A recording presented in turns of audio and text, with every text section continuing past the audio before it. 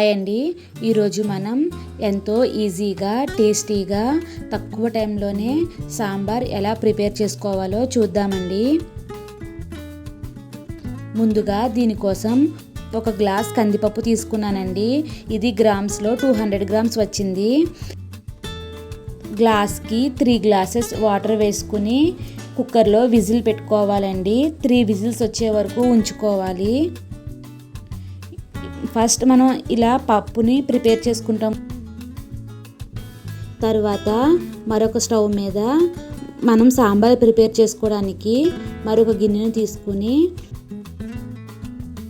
4 spoons oil వేసుకుని oil వేడైన తర్వాత ఆవాలు, జీలకర్ర, ధనియాలు, ఎండుమిర్చి, కరివేపాకు, కొద్దిగా మెంతులు వేసుకోండి. ఇప్పుడు వీటినన్నిటిని బాగా ఫ్రై చేసుకోండి. పోపు మంచిగా ఫ్రై అయిన తర్వాత మనకి కావాల్సిన కూరగాయ ముక్కలన్నీ వేసుకోవాలండి. నేను ఇక్కడ ఆనియన్స్,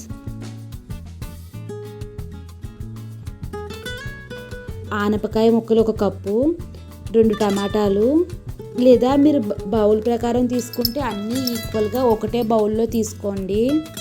ఆనపకాయ, టమాటా, బెండకాయ, దొండకాయ, 4 పచ్చిమిర్చి వేసుకుని ఫ్రై చేసుకోవాలండి. ఇవి మనకి మంచిగా మగ్గిపోవాలి. ఇప్పుడు ఉన్న వెజిటేబుల్స్ హాఫ్ లెవెల్ వరకు అయిపోతాయండి. అప్పటి వరకు కూడా మనం మగ్గించుకోవాలి. ఇందాక నేను క్యారెట్ వేయడం మర్చిపోయాను, అందుకని ఇప్పుడు వేస్తున్నాను. ఈ ముక్కలు మగ్గేలోపు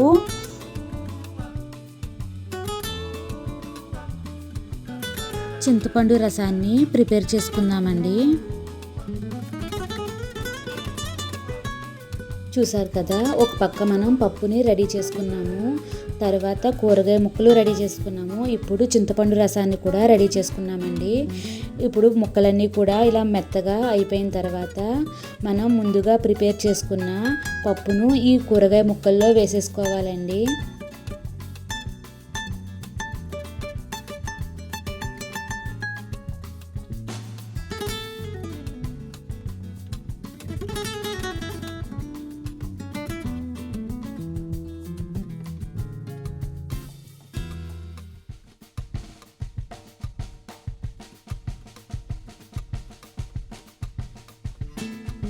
ఇప్పుడు సాల్ట్ మీ రుచికి తగినట్టుగా వేసుకోండి. నేను ఇక్కడ 4 స్పూన్స్ వేసాను. 1 స్పూన్ పసుపు, 1 స్పూన్ కారం,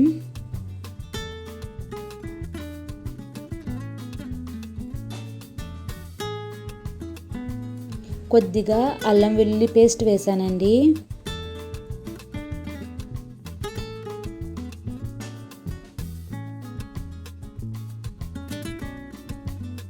వీటినన్నిటిని మంచిగా కలుపుకుని ఒక 2 మినిట్స్ ఉంచి తర్వాత ముందుగా మనం ప్రిపేర్ చేసుకున్న చింతపండు రసాన్ని వేసుకోండి.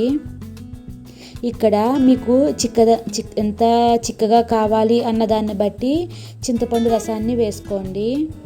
మీకు బాగా కొంతమంది లిక్విడ్లా ఇష్టపడతారు కదా, వాళ్ళు కొంచెం ఎక్కువ రసాన్ని వేయండి. లేదు చిక్కగా కావాలి అనుకుంటే తక్కువ రసం వేయండి.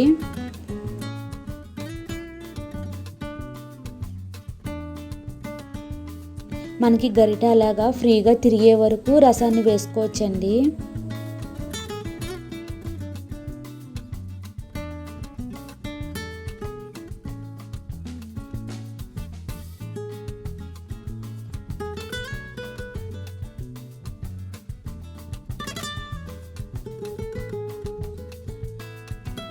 ఇప్పుడు మనకి ఆల్రెడీ పప్పు, కూరగాయ ముక్కలు అవన్నీ మంచిగా కుక్ అయిపోయి ఉన్నాయి కాబట్టి ఒక్కసారి పొంగు వస్తే సరిపోతుందండి.